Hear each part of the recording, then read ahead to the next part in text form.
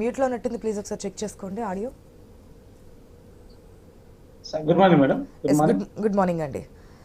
రాములు గారు, ఏంటి రోజు రోజుకి ఉచ్చు బిగుస్తున్నట్టుగా తెలుస్తుంది. ఎక్కడికక్కడ బెయిల్ గురించి, మధ్యంతర బెయిల్ గురించి ట్రై చేస్తున్నప్పటికీ కూడా ఈడీ నుంచి సిబిఐకి వెళ్ళింది. ఇప్పుడు సిబిఐ కూడా విచారణకు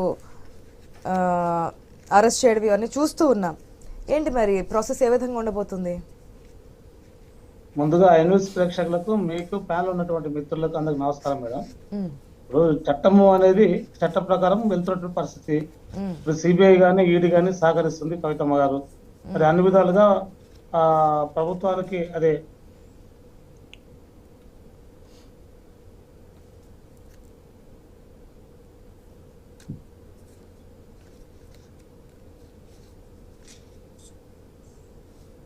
సారీ మేడం, డిస్టర్బ్ అయింది.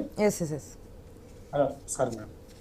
అయితే ఈ కోణంలో వాదోపవాదాలు ఇటు లాయర్సే కానీ అటు మరి ప్రభుత్వం సంబంధించిన అధికారులు కానీ ఎప్పటికప్పుడే మరి చేస్తున్న తరుణంలో మరి కవితమ్మ గారు కూడా ఖచ్చితంగా మేలు అంటే కలిగిన ముత్యం వల్ల బయటకు వస్తుంది. రాజకీయ కుట్ర ఇది మనం చూస్తూనే ఉన్నాం అందరం.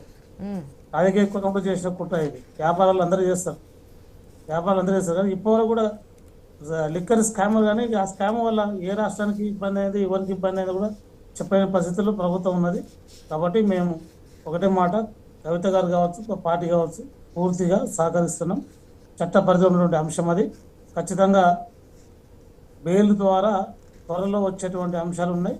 మరి ఈ విధంగా కొనసాగుతున్న అంశం కాబట్టి మేము ఖచ్చితంగా కవిత గారు వచ్చేటువంటి ఆలోచన మీద ఉంది మేడం.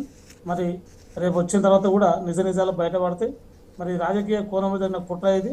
రాజకీయంగా మరి ప్రజాక్షేత్రంలో ఎదుర్కోలేక ఒక ఆడబిడ్డను ఇబ్బంది పెట్టిన పరిస్థితి. కాబట్టి ఈ కోణంలో కూడా అందరం చూస్తున్నాం. ఖచ్చితంగా రేపు ప్రజాక్షేత్రంలో తెలుసుకుంటాం మేడం. తెలుసుకొని ఖచ్చితంగా ప్రజల బుద్ధి చెప్తారు మేడం. మరి వారం రోజుల పాటు కస్టడీకి కోరబోతున్నారు ఈరోజు కోర్టులో కవితకు సంబంధించి. మరి కోర్టు ఎటువంటి తీర్పిస్తుందో చూద్దాం.